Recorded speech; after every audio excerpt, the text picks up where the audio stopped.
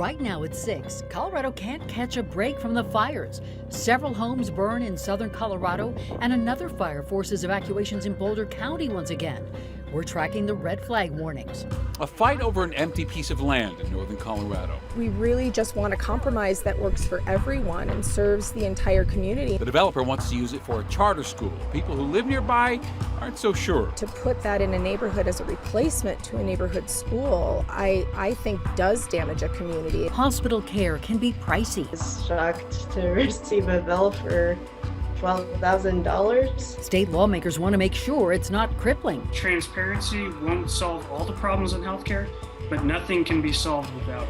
Plus, a truly Colorado tradition returns for the first time since the pandemic. And we start tonight with that high fire danger across our state. Right now, a press conference is getting underway in Monte Vista in Rio Grande County, where a fire is believed to have burned several homes. And in Boulder County, crews are monitoring another wildfire that caused evacuations this afternoon. Good evening, and thank you so much for joining us at 6. I'm Ann Trujillo. I'm Shannon Ogden. Glad you're with us tonight. Now, we know multiple homes have burned in Monte Vista. That's in southern Colorado. We have some video for you. This is from the local newspaper down in Alamosa. We know people are being evacuated to the Sky High complex in town. Now, there is a press conference. It's going on right now. Emergency crews are updating the public.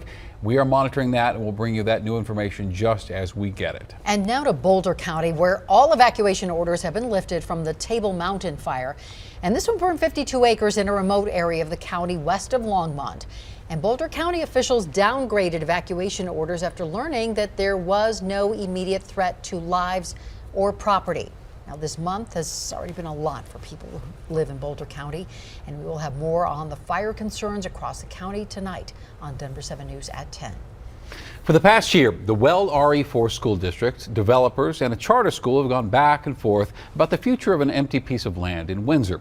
The land is owned by the developer of Rain Dance, Colorado in Windsor. That's a large development in that town. Now, no decision's ever been made. Denver 7's Ivan Rodriguez reports on the future of the land. He also spoke with concerned parents in that neighborhood. Windsor's Rain Dance neighborhood is a vibrant community even as work continues on future homes. But sitting in the middle of the development rests an empty piece of land.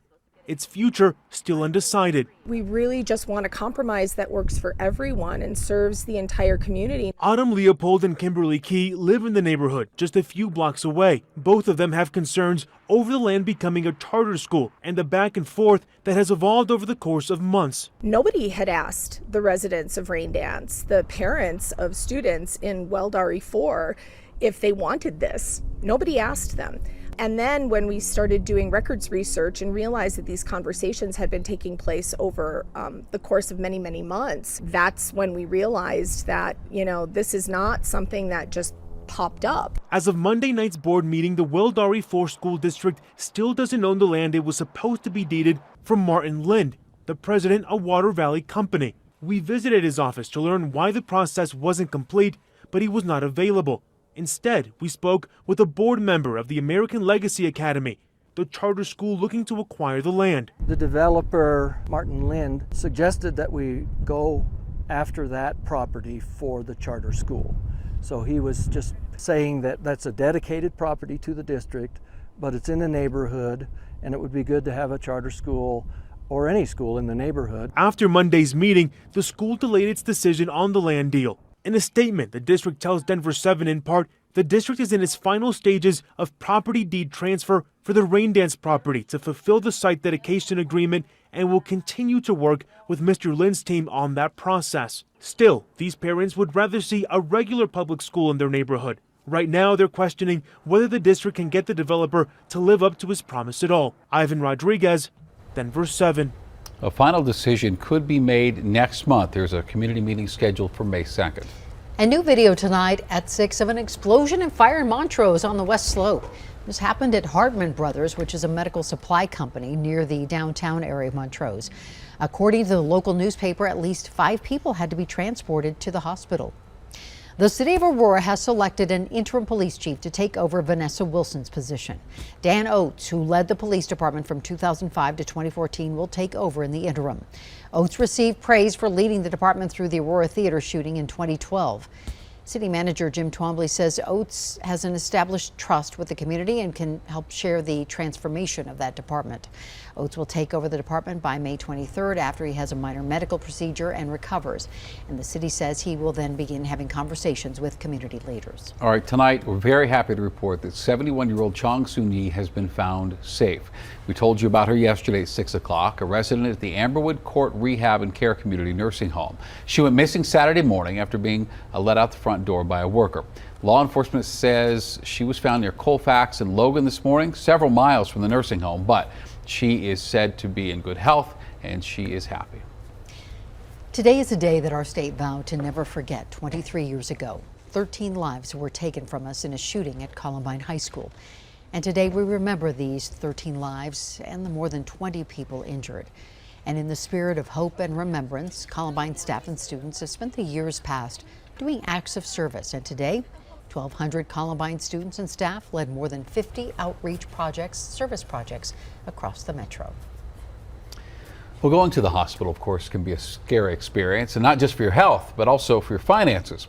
State and federal lawmakers now are trying to help that. Denver 7 political reporter Megan Lopez explains. So in 2016, I was in a bad car wreck and I went to the emergency room. There are too many stories like Danielle DUCHATEAU's. A few months later, I was shocked to receive a bill for $12,000. Too many stories about people showing up at the hospital for help and coming out with massive bills. In 2019, Colorado lawmakers stepped in. They passed a law to try to stop surprise billing in the state. And the federal government liked our bill so much they created their own. The federal version is a little different than Colorado's. So this year, a bipartisan group of lawmakers is working on a bill to align the two. To make sure that they merge into one simple set of facts for carriers, for providers, and for patients. It also adds more guardrails around out-of-network provider costs and applies the surprise billing protections to everyone. When people are treated in the emergency room, they should be able to focus on healing and not have to worry about bills. A second bipartisan bill gives consumers the right to sue hospitals that aren't following federal laws and making prices transparent. If a hospital tries to send them to collections or tries to sue them for their bill, they can then have a